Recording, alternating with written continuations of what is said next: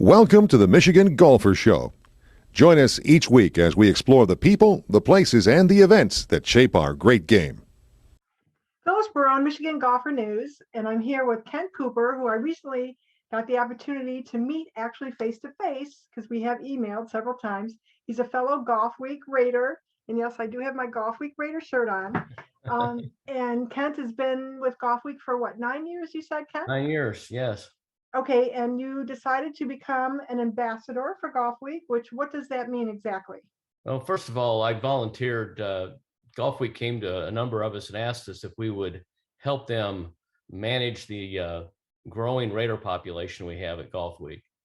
So Okay. I volunteered to be a Golf Week Raider ambassador for the states of Indiana, Michigan, Ohio, and Pennsylvania.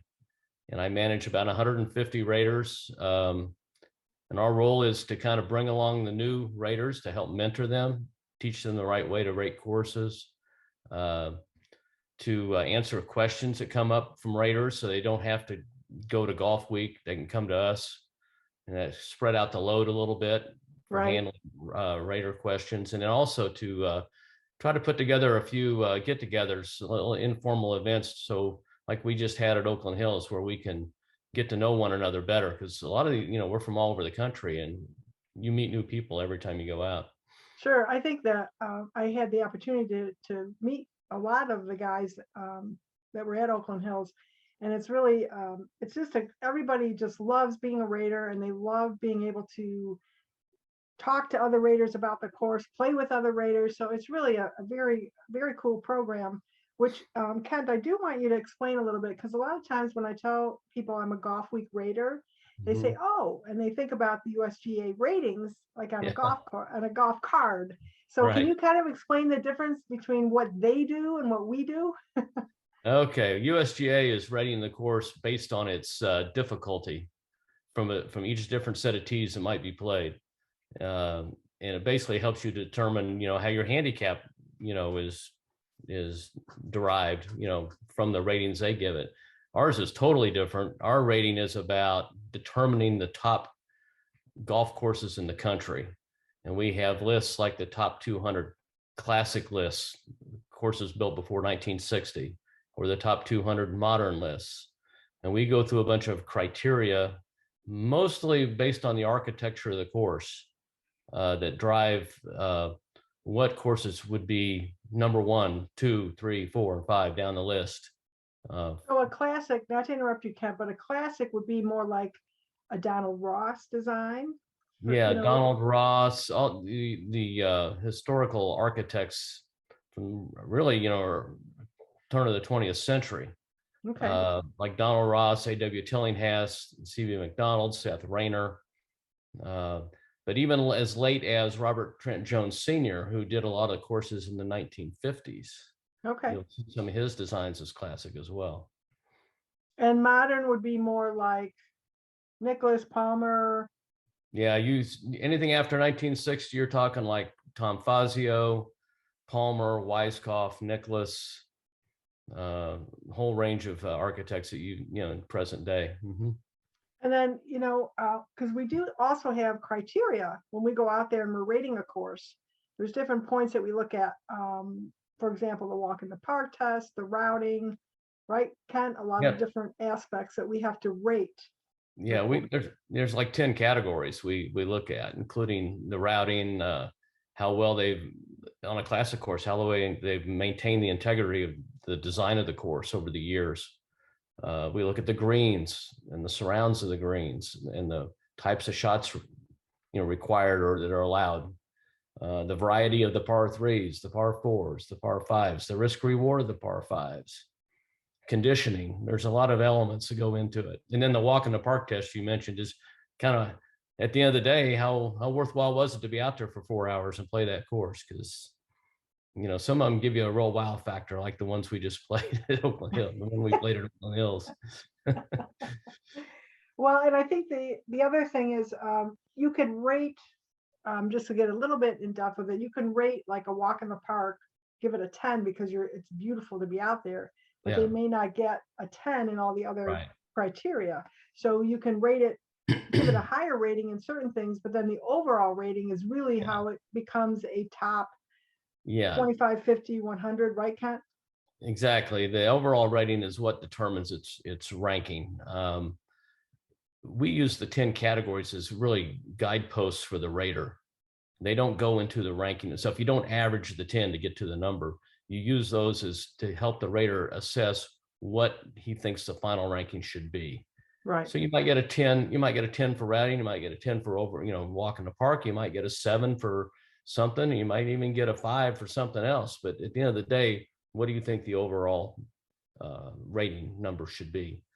Right. And then you put in, then the raters also should send in comments to help support those rating numbers. Yeah, a lot of times we do that. Sometimes I send pictures of some of the holes that I really like. And right. let's get back a little bit, Kent, to Oakland Hills. Unfortunately, we did have torrential rains when the Raiders were out there. But in terms of the course, and I did have a chance to interview you a little bit to talk about it, but they have the precision air system out there, which all the golf raters, I mean, they were totally impressed at how pristine, fast, and quick the greens were. And I think it's a result of the precision air being able to just kind of soak up that water, right? Yeah, we really were blessed in a way to be rained on like that. I mean, we played in 4 hours of rain, but we got to see how the course could tolerate that. It was amazing. The greens it was like they were dry. I mean, they putted just like normal. And only in a few low spots on a couple of the fairways did I ever see a puddle, even by the time we finished the round. It was pretty amazing to see the precision air system and how it worked for the course. Well, and I think Phil Kafari, who's the golf superintendent out there, he did mention, he said, it's there are competitors out there. And Augusta has the similar system, as well as some of the other cathedrals of golf. So I'm here at Oakland Hills with Phil Kafari, who is the director of the Barone. And of course, we've been talking a little bit about all the restoration here at the course. And everybody's kind of anxious to know. It took 22 months. So Phil, what happened? What did you guys do? Well, we started in October of 2019 and with some tree removal. And then Gil and Jim Wagner and Kai Golby came in the spring, in March of 2020, and we put the knife in the ground and started the restoration of this Donald Ross gem. And from what I understand, this is what amazes me, and I think you have to be in an architect's brain. They actually looked at the plans from the course 100 years ago when Donald Ross did it, and they actually kind of restored it to the holes that were then 100 years ago or whatever, right? They kept digging to find it. I mean, can you explain that a little bit? Yeah, absolutely. Well, the club did a bunch of photos and documentation from the last 100 years, and then we got in touch with the USGA, and they gave us a program from the 1929 Women's Amateur, and which just proved how great of a golf course it was, and the original plans and all this cool architecture in it. And we used that as kind of our roadmap through the project. So to restore something that's over 100 years old is pretty neat. So can you restore like bodies? No, but we're pretty good at restoring architectural features in a great golf course, which Oakland Hills is, and it's real special. And it's amazing. They found all the old bunkers out here and restored the ridge lines and the big landscape, and as we would say, put the landscape back as it was intended. Right. So, it's definitely a special project. Well, you touched a little bit with Steve, and I find the sub-air system is just, that's got to be your dream come true, right, in terms of maintenance? Sure. I think as an agronomist at the highest level, we've installed precision air in Oakland Hills on the south course, so it's a subsurface aeration system. We can blow cool air in, we can blow warm air in, we can suck moisture out, we can blow ambient air in as well, so it's a great tool to manipulate Mother Nature with. Yeah, like we were out here one day, we had storms and a couple more trees had fallen, and the course was almost completely dry, right, Phil? Yeah, absolutely. I think a big component of what we did here was restoring the infrastructure and putting the necessary tools in the ground that most people can't see on an average day at Oakland Hills. But to in better terms, we're manipulating Mother Nature 365 days a year. So we got 5 inches of rain, and the golf course remained playable. So that was a real test of what we did. And also that day, I recall, there was like 5 guys out there raking the bunker that to me were totally pristine, but you have Billy bunkering, right? That's what it's called? Yep, it's called the Better Billy Bunker, and it's a drainage system with a polymer coating inside the bunker that prevents washouts and keeps the sand firm and in place. So after heavy rainstorms, you don't have the labor-intensive action of putting all these sand and washouts. The bunkers stay intact after 5 inches. Wow. So, given all that, Phil, have you realized, like you and your staff, I mean, I know there's a lot of programming and things that go on, but have you realized that the advantage, and from a time standpoint, a timeliness standpoint, I should say? Yeah, absolutely. And it's something we keep track on. Budget numbers and where can we put other labor, because now our greens are taken care of, right, and the bunkers are taken care of. What we're finding out is we probably need some more resources on the north course because the south course is really staying intact through these big weather events, which is a good thing for our membership, good thing for major championship golf, and we can expend resources other places. Okay, Phyllis, Barone, Michigan Golfer News. Okay, we are here at Oakland Hills. Yes. And the Golfweek Raters came out today. Rain, hail, snow, or sleet, it doesn't right? matter. Nope. And I'm here with Kent Cooper, who is... I'm the Golfweek Rater Ambassador for the Great Lakes region, the states of Indiana, Michigan, Ohio, and Pennsylvania. And so you brought a bunch of us out here today. Yeah, we had 24 Raiders, and we played with 8 other members of Oakland Hills, the staff and the board, and we played in the rain all day. That's awesome. Like I said, Golfweek Raiders, man, it doesn't matter, It doesn't right? matter. We're playing anything. Nope, just like playing in Ireland. So anyway, Kent, what do you think? Tell us about the course. Oh, it was awesome. Just absolutely awesome. I mean, the first thing you see when you come off the first tee is all the bunkering and how it's just so impressive. And everything is immaculate. Greens are in great shape. It's just a wonder. And it was a great round. So you've obviously played a lot of courses, Donald Ross courses as well. So you understand that they, replicated or went back in and, okay. So did you sense that or feel that on the course? You can obviously sense the Ross elements of the course that were brought out. A lot of cross bunkering, which is one of the key elements of Ross, and the greens, of course, were like Ross greens are, and they're very diabolical at times. Yeah, no kidding. So, no, it was a great time for all. I mean, the weather was a bit of a factor, but we were here to do it. I don't care, what was involved. We were going to play, so we got it all done. So what do you think? I know I probably shouldn't ask you this, but in terms of rating, is it top 50, top 10, top 100? Oh, yeah, I think it's already top 25, and it's going to. In my opinion, it's going to move up in the rankings. Awesome. Well, Gil Hanse did a great job. Yes, yeah, I believe he did. Yeah, and I think there's more we don't even know yet about what he did. So I think we're going to learn more from the group here tonight after we played the golf, and I think we'll find that he did really a fantastic job in restoring this back to the Ross elements and design that was intended. Well, one thing, Kent, that he touched on when we had a press conference, he talked about the sub-air system and how it drains. And, Okay. so did you notice that it really wasn't so wet today? Yes, we were watching for that because it rained the entire time we were out there. And we had no puddling the greens until probably the 14th hole we played. Only in one low spot on the 16th hole we saw a little water puddling near the lake. But other than that, there was nothing. That's awesome. Well, you know what? Thank you so much. And I'm All so right. excited that you're here, we're here, and Yeah. the Golf Week That's people great. showed up. Yep, no, we had a great time. Thank Well, you. Thank you for being with us, Kent. Thank you very much.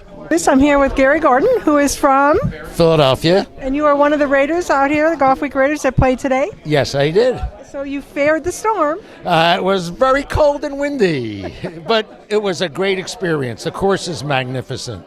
That's what everybody's saying. So did you play all 18? No, Oh, you chicken. Why not? I am chicken because I was freezing and wet. Anyway, so what did you think of the holes that you did play? I think the course is magnificent. I love the looking at the holes, the way it's framed, the bunkering, and just the framing of the holes. And you have to think, you have to use your clubs, so it's a real golf course. So did you sense, I mean, Donald Ross is one of my favorites, so did you sense, because Gil Hanse restored the holes the way that Ross intended them to be. Did you feel that a little bit? The answer is yes and no, because I'm from Philadelphia and we have quite a number of Donald Ross there, but they're more severe Donald Ross, where you have a lot more fake front and sort of false fronts, and here they're a little bit more subtle. But there was a number of holes where they were really hard. I think number 16 was really a tough false front there. I just thought it was just a fantastic, challenging, beautiful course. Okay, so one thing I've talked to everybody about is there's a sub-air system that Gil Hanse put in that takes care of the greens when they get really wet. So did you feel that it was actually raining out there today, other than on you? Did you feel that the course was wet? Not on the greens, absolutely not. The greens are still running fast. They were running true. And that was which was great, because it still had the grain. You had to know which way the grain was going. And the rain did not affect the greens at all. Awesome. So if you had one tip for somebody that came out here, an amateur golfer, what would you tell them? A tip? Keep it in the fairway, because the rough is still, even though it's not high, it's thick. And you get penalized for going in there. Awesome. Well, thank you for being with us today. And your name is? Eamon Kelly. And where are you from, Eamon? North Royalton, Ohio. Okay, so you've obviously played a lot of courses. So what do you think of Oakland Hills? It's fantastic. I was able to come out last year and play in somewhat similar weather to today. It was great to see the course again. I think they've done a great job with the restoration, and the bunkers are phenomenal. Greens are in fantastic shape. The fairways, lengthening and widening those were great. It was just a great day all around, and they've done a fantastic job here at the course. So you said you played last year? I did. Okay. I did. I was able to play last October, late in the year. It was good to come out again and see it again for a second time. And So wait, you saw it before the fire? I did. I did. It was seeing the fire was and seeing the after effect is. It's just, you said it, devastating to see, but seeing the course itself is just, phenomenal. Yeah, so even though, and I asked a couple of the other guys this, Hanse put in the sub-air system, which really takes care of the, if the greens get really wet. Yep. So did you notice that today? I mean, you can barely even tell it was raining out there. With the course, I mean, a fantastic job from that standpoint. And yeah, I mean, the greens themselves can barely even tell. I mean, they weren't no wetness, very few ball marks. Drained extremely well. So did you play the whole 18, or did you? We did. We finished all 18, gutted it out, and thought about playing the 18th hole again, but call it quits. Okay, so what did you shoot? No idea. The scorecard got ruined. I love it. Let's just say somewhere in the mid-80s. That's wonderful. Well, I think it's great that even though it rained, the Golfweek Raters came out, they played, in torrential rains really, but like you said, it seemed like the course held up pretty well. It did. It was fantastic to get out, even though it was raining. Like I said, you could barely tell from a course perspective. It just shows the work that they did and the drainage they put in, and I think all the changes have held up extremely well. So what do you think? Top 25, top 10? What are you thinking? Somewhere in between, I'd say. I don't know, 15 to 20, somewhere in that range. So have you had a chance to play like Oakmont or some of the other courses that have that sub-air system? I have not. Okay, I was just curious because I think that to me is the coolest thing. It is. I want one in my backyard. I need one in my backyard, especially after last summer and this spring. It's definitely be a cool enhancement at home. Anyway, well, thanks for being with us today. Thank you. Take care. I am here with Mike Bates. He's a fellow Golfweek Rater, and he's one of the, 24 some that played today? Yes, 24 golfers got an opportunity to be out here today at Oakland Hills and the South Course, and it's an awesome experience. Awesome. Even though it was like raining pretty severely, right, Mike? It started off, it was a light little sprinkle, and you know, Mother Nature just came with the thunder, like right around hole number 7 or 8, and it just kept coming, but nothing could stop us from really getting out here to really enjoy this wonderful opportunity to play the South Course over here at Oakland Hills. So have you ever played Oakland Hills prior to this? No, first time ever playing Oakland Hills. Heard a lot about it. Heard a lot about it and looked at it online, saw some of the highlights from old tournaments and all kinds of things. But having the opportunity to actually come out here and see the course and be on the course, it's a really special place. So you obviously, like Raiders, we get to travel a little bit all around the country. So how would you rate this course compared to some of the others that you've played? Wow. This is up there. It's really up there. And the reason why is because the ease to walk it, and then the ability to just see large views of the course were awesome. The holes give you different opportunities to play different shots in. So some of them you can fly it in, some of them you can run it up in, some of them you have to be more precise. The greens have subtle undulations. It's really a true test of golf. So can I ask you what you shot today? Well, due to the rain, we only got to get in Here we 14 go. holes, but I was 7 over through 14 holes, so I was playing pretty good. I was playing pretty good. So if somebody were to come out and play the course, Mike, you know, what would be one tip that you could give them as an amateur? I think the biggest tip would be to listen to your caddy, number one. Number 2 would be to make sure that you play off the bunkers. You know, use the bunkers as your targets.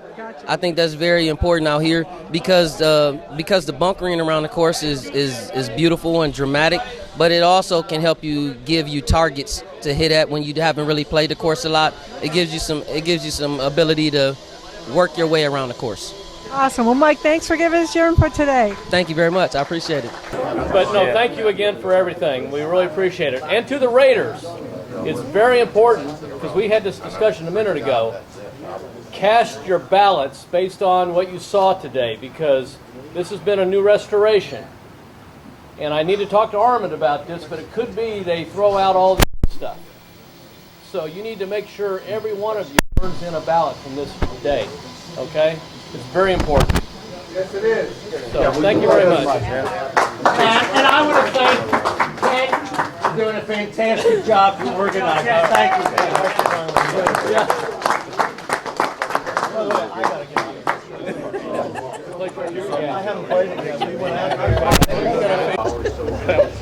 I'll have good stories. I really hope you enjoyed your day. We enjoyed having you. And so the format right now is just an open Q&A with Phil and with Steve. And anybody has any questions on the day or on the course, we'd love to hear it. It's an open dialogue. So welcome, Steve and Phil, and let's get started. Thank you, Steve. Phil, first question. Here we go. I've heard a lot about your sub-air system I wasn't aware of until after we finished the round. Can you explain what they did here? Yeah, absolutely. First, it's Precision Air. It's a competitor to Sub-Air. Oh, okay. Precision Air. Sorry. So we did have them running all day today, unfortunately, right? But we have that capability, and I think, credit to the membership at Oakland Hills for putting an infrastructure like that in. The conditions out there today were pretty spectacular, even by my standards. Yep. They were humming and they were in suction, and they were pulling moisture to the greens, and it's just an incredible technology that we're really proud of. So is that the same system that they have at Oakmont, Augusta, correct? Is that the same? Oakmont does not have it. Augusta has Sub-Air. Okay. Oakland Hills has Precision Air. Marion has Precision Air. Baltusrol has Precision Air. Sage Valley do that? Sage Valley, I think, has Sub-Air. Yep. So they're competitors, but we're very proud of that system and the results that it produced, and I think they're on full display today. aspect. Yep. Obviously improves conditions and days like today. Does it extend your season on either end having a system like that, or does that not affect that at all? No, it does, because we can heat and cool. So in the heat component, you know, we can wake the greens up earlier in the spring and prolong it into the fall. And then on the cooling aspect, you know, you have healthier greens in the summer with the air conditioning. You know, you're talking about a 15-degree swing. Wow. So, you know, when it's 90 out, you know, the greens think it's 75. So that's pretty cool. Phil, do you want to comment that because of the fire and the power that this year you weren't able to turn on all the precision air early like you would have? Do you want to comment on that?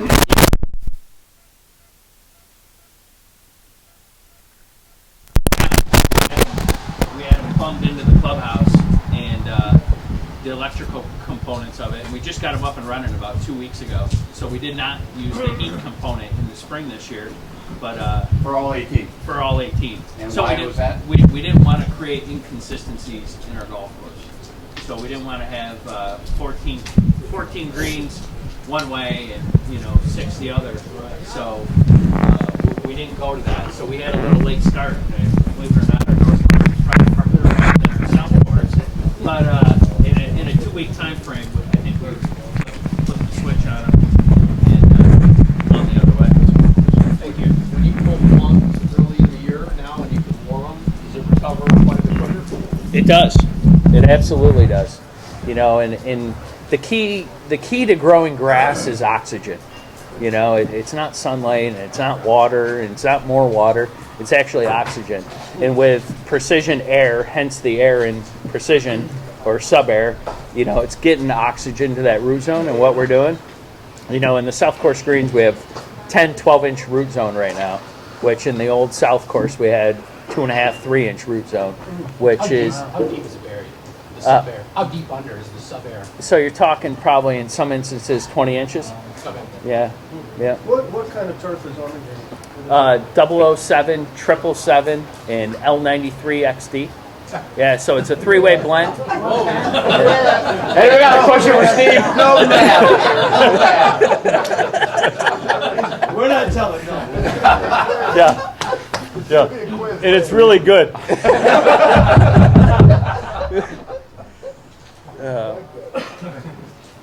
We're really proud of, you know, the reason we went with a 3-way blend is over time grasses mutate and do different things. And if you got 3 different grasses, one of them's going to become dominant. And they're in a family, and, you know, they'll take each other over. But in the end, we don't have a mono stand is what they call it. And I know I'm getting nerdy right now. But, you know, we've covered our bases. You know, we've covered all the bases. Is that something new to do that, to combine them to create that dominant strain rather than let something else creep in? It is. You know. I haven't heard of that yet. That's interesting. So with the new grass that you talked about, and what happens in the north, what's the future of the POA? What's the future of POA? Is it coming? Is it going to get back in the greens, or is the new strain that we put in? So far we're really, really impressed with what we got going on. And, you know, obviously I think POA is always in the back of my mind, maybe not so much the membership's mind, and it's not their job. But, you know, I think this new variety is so tight, it doesn't allow POA to creep in, and that it crowds it out.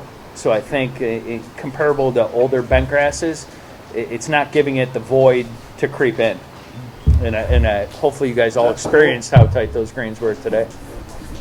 They were beautiful. Right.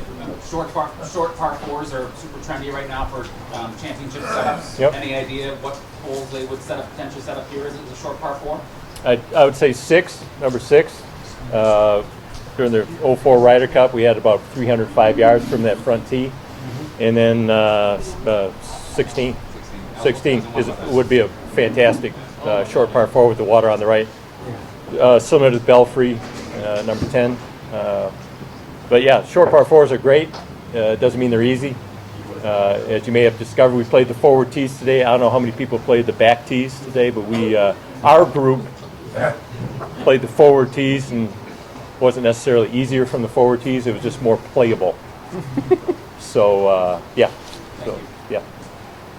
What's the yardage 56. Forward tees, for the tees we played today, played the white tees, probably 60, 64. 250, something like that. Yeah. How many acres Yeah. of bunkers do you have? We played the smart tees. So we have 200,000 square feet of bunkers. Repeat the question. How So- many acres of bunkers? How many acres of bunkers do we have? We have 200,000 square feet of sand. It's about almost Yeah, 5 we acres. increased that. The old South Course had 125,000 square feet. Really? So, basically we increased that by 2 acres. And how many bunkers are there? Is it 95? And we went from like 127 to 95. They put in the Better Billy bunker system. We did. Did Yep. that help you in terms of maintenance versus the old, even though you had less, acreage of bunkers? Does it help you in terms of your maintenance? Immensely. In the thunderstorms that we get around in the Detroit area, they're quick, hot flashes of a lot of rain, 2 inches of rain in a half hour. That's extra work for us. But the Billy bunker system that we've put in is just worked incredibly on firmness. But after rain events, that we're not pushing back bunkers; they're ready to go, and we're really proud of that too. Mike. Yeah, talk a little, if you will, about the management of water on the property. So, you had a pond on 74, assuming some of it may be used for irrigation. Now you have a creek.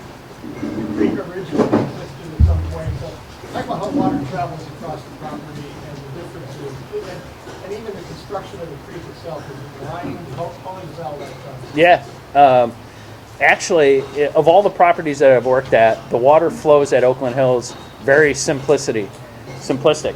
It actually moves 2 ways. You have like the 18 corridor and 11, or 18 and 10, and that goes off this side, and everything else goes out through number 5.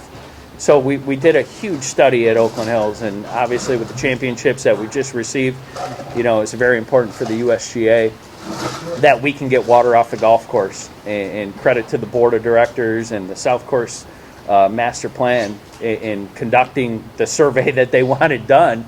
But, the whole South Course project, it was really a big drainage project. And we concentrated on every hole, and how to make this golf course playable immediately. And as a golf course superintendent, it's something that I strive for daily, that how quick can I recoup playing conditions, and how quick can we get firm and fast out there. And that was the priority of the project. And, it was a priority of the USGA, it was a priority of Oakland Hills, and it was a priority of me. And we want to continue to play golf. And we want to continue to play really good golf out there. And so as far as, it was just addressing each hole, in its own, looking at it almost tunnel vision. How are we going to address 1? How are we going to address 2? And when you address all that, it all leads into the whole property. Just to follow up, if I might, one of the things from a philosophical standpoint, the club for the last 70 years has had the monster, right? That Robert Trent Jones came in and pitched in the fairways and tightened the air on the golf course and drew high rough. And that was the reputation of the club and the golf course for, many decades. How much of a mindset change was it for the membership in terms of putting the project forward to say, we're going to widen this out. We're going to go back to staggered bunkering that is really more interesting for the average player. We'll still challenge the better player, but you're going to have some pushback saying, well, it's wider now. These guys are just going to stretch it down the fairway, and it's still going to be the same kind of challenge for the better player and for the top level player. Yeah, That's a Steve question. That's me. So the monster is now back, but it's in a different. The fairways are wider. I saw most of you hit shots today. I didn't see anybody going under par today. So the fairways are wider. The playability of the golf course is now the second shot. It's the chipping, the putting, the bunker play, the flop shots out of the rough. So just because the fairways are wider doesn't mean the course is easier. It's more playable for the membership, the folks that only hit it 230, 240, 250. Now, if you can hit it 290, 310, 340, what the elite players are hitting it. Now the bunkers are placed at angles, and now they have to think. And when you give an elite player options to think, now they're in trouble. I was there at one time, and now I'm spaghetti when I see this. But if all you have to do is hit it straight, it's not that complicated. If you have to hit a variety of shots around the green, a bump and run, a medium bump and run, a flop shot, now you have to think. But what happened over the years was the course got narrow with deep rough, and you only have one option: hit it straight, and if you hit it in the rough, hit it high over a bunker. So I think in our group, we played together today. In our group, we had a variety of options, so that's where we went wrong. And but we had a good time. And it's just that sales to the membership, because it is counterintuitive. It's a whole almost different philosophy from what not even golf in the last 50 years. Right. I think the game along the ground is now more important at Oakland Hills Country Club. For the last 50 years, especially since let's say 2006, folks had to hit a flop shot out of deep rough over bunkers to play golf. Now the average player or the higher handicap player has the low option, which is relatively simple. They do have to practice that, so we have to coach them up on how to practice that shot, but the low ball is the better option these days here at Oakland Hills. Yeah. Follow up with Mike asked, what's the membership's feedback been since the change? It's probably that. They love that it's more open off the tee, wider fairways, but it's not really a complaint. A lot of players say, boy, I love that 5-wood or that hybrid or that 4-iron off the ground and just run it up there. It's more creative, and you have to think more. On the other side, if the folks are still trying to play from 10, 15, 20 years ago with a lob wedge off a tight fairway, they're going to be in trouble. So there will be a learning curve over the next several weeks. Then they'll have it down pat. By July 4th, we'll have it just bump and run. They'll be Because they'll be taking lessons from you. correct. So, yeah. Who else? Anybody else? Yes, sir. I just wanted to say, because I had the opportunity to play here a number of times before the renovation and afterwards, and what a difference it is. And I think you guys have created a facility that's up there with the best of them,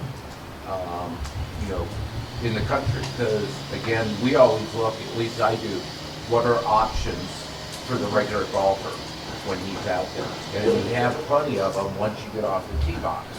And the greens are a lot of fun to play. Before the renovation, because I never played here before then, did you have to fly over bunkers to reach greens in regulation? Because now there's a lot of greens that you can run it up from in front. I noticed several holes had bunkers that were 20, 30 yards short of the green rather than right on the edge of the green, almost like you see over in the UK. Did you have to fly it over bunkers before, or not? Was it the same? You could run a lot of shots up? Yeah, I think, and I was talking to my group a lot about that today. I think the mid-70s, 80s, 90s architecture to tiger-proof things or whatever, they pushed things in front of the greens and they elevated them, right? And then you had these beautiful greens that Donald Ross created, and what Gil did was widen them back out to where Ross had them, right? And perch the greens back up, show them off a little bit, and let the fun happen. Instead of challenging the tour professional, which if we talk to Gil would say he's never designed a golf course for the tour professional. He's always designed it for the membership. But in today's day and width and angles and all this stuff, and you're going to see it this week at Southern Hills, it's going to be on full display, that these guys are going to play these shots from different angles. And it's fun for the members, challenging for the pros, but now you have these wide corridors in front of the greens. I mean, I think the approach on 14 is 50 yards wide, right? But before, I mean, I could have jumped across the approach. It was guarded by bunkers, and you got two. You lost a little on that game. You had two bunkers in there Maybe a few with a years tight ago. little corridor where it eliminated any recovery shot on the hole, and it eliminated, you're flying 4 irons or 5 irons in there and trying to sky them sky high. I don't have that shot, and I don't think anybody here does. I don't know if Steve does. No, not anymore. But now you're creating these wide corridors for everybody, and like I said, I watched live from the PGA Championship last night, and it's on full display at Southern Hills this week, which is. Did Gil Hanse do work there? He did. Oh, okay. Yep. He was, wasn't he? Yeah.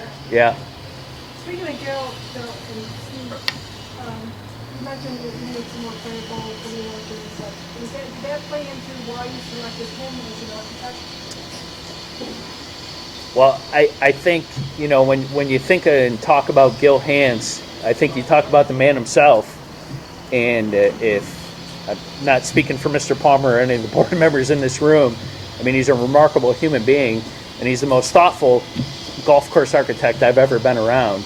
And when you take those two things into account, I mean, you get a guy that creates a golf course for the membership and the amateurs, and also considers, the future of Oakland Hills. And I think that probably factored into a lot of their decisions, but Mr. Palmer probably could answer that better. Yeah, probably. I mean, we selected Gil Hanse way before my time, and he is the most quality, preeminent architect in the world, and we are so thrilled, and the membership is so thrilled with him. We recently made him an honorary member because he believes in our culture and he believes in us, so it wasn't, he's just a great guy. That's what I'm saying. Thank you. And he was on site a lot. He was here. He was raking. He was driving this thing. He was doing all this.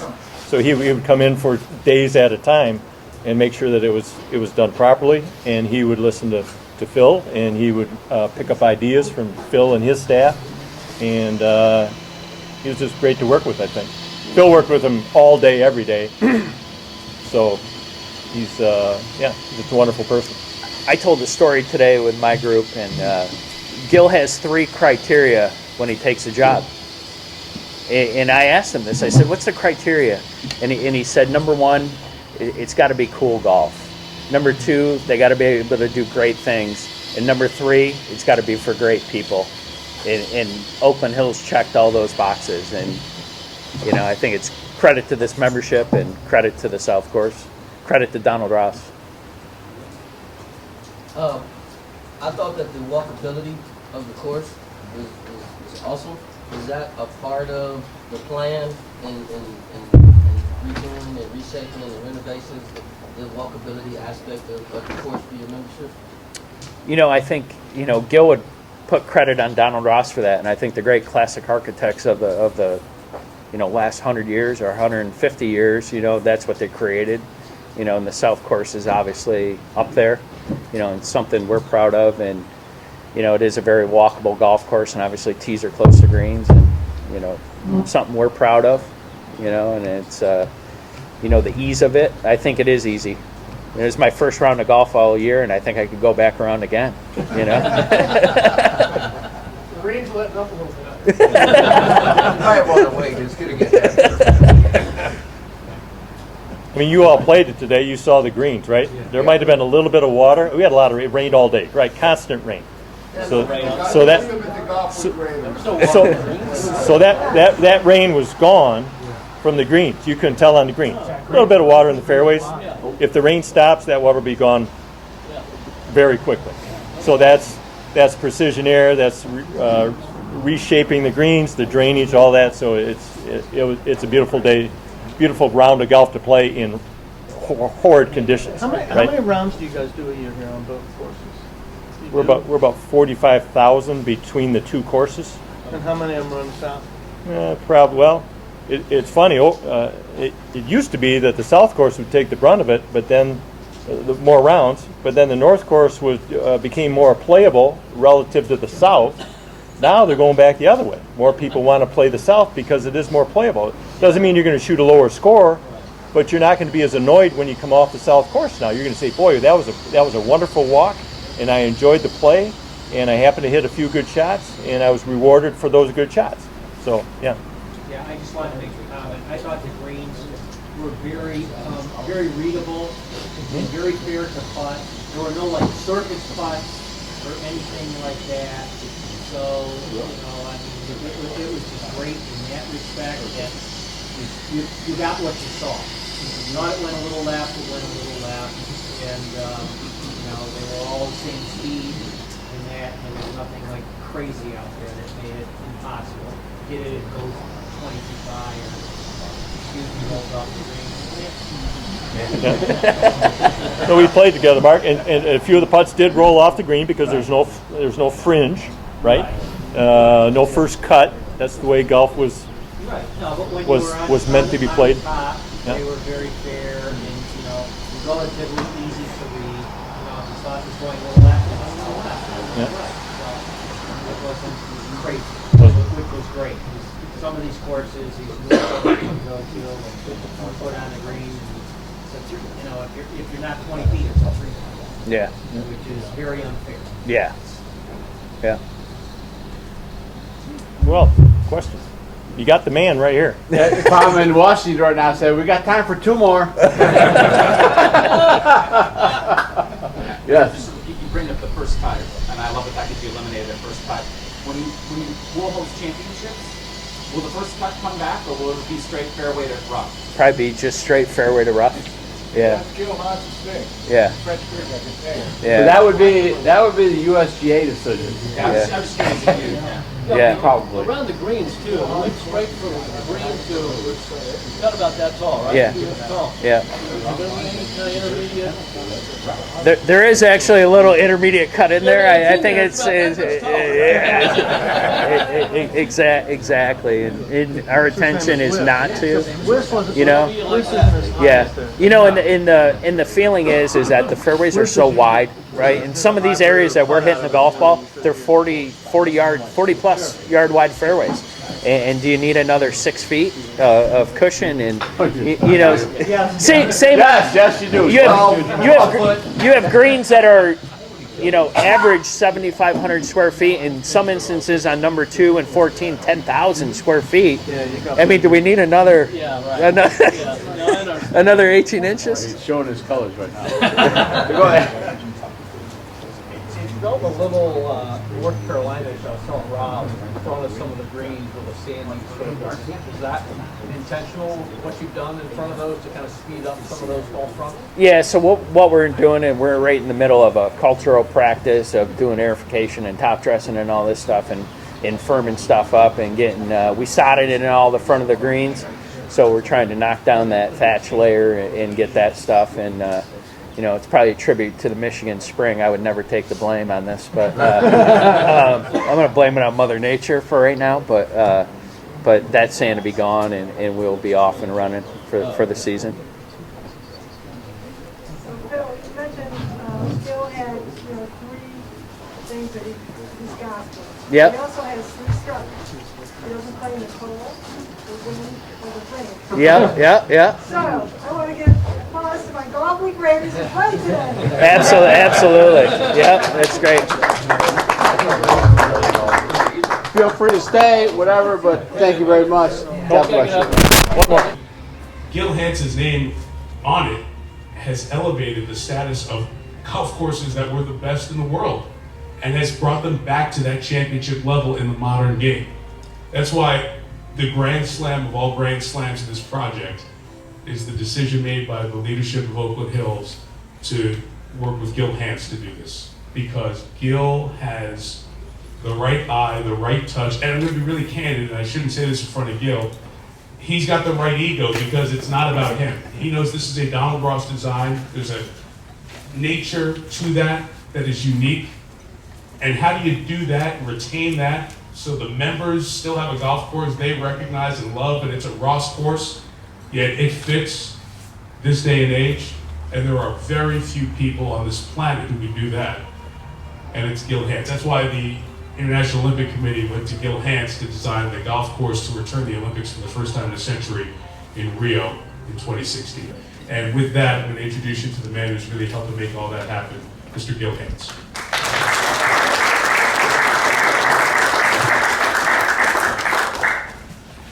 If I open my mouth, I'll disappoint after an introduction.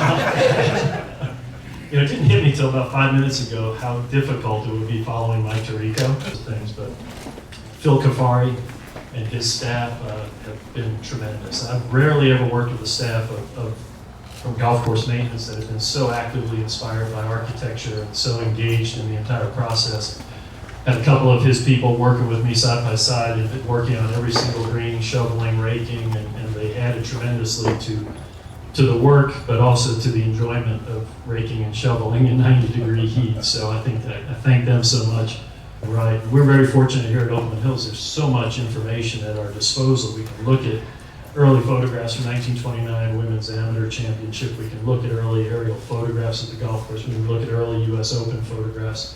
So we've had just this treasure trove of archival material, and Kai is so intimately familiar, he worries me sometimes when he's starting to see things. Sometimes I think he sees things that actually aren't there, but he's been tremendous. And so I think, given that, TDI, LeVar Golf, the contractors, Live Old Irrigation, there's so many people who are involved in this, and I can't thank them all enough for the effort that they've put in.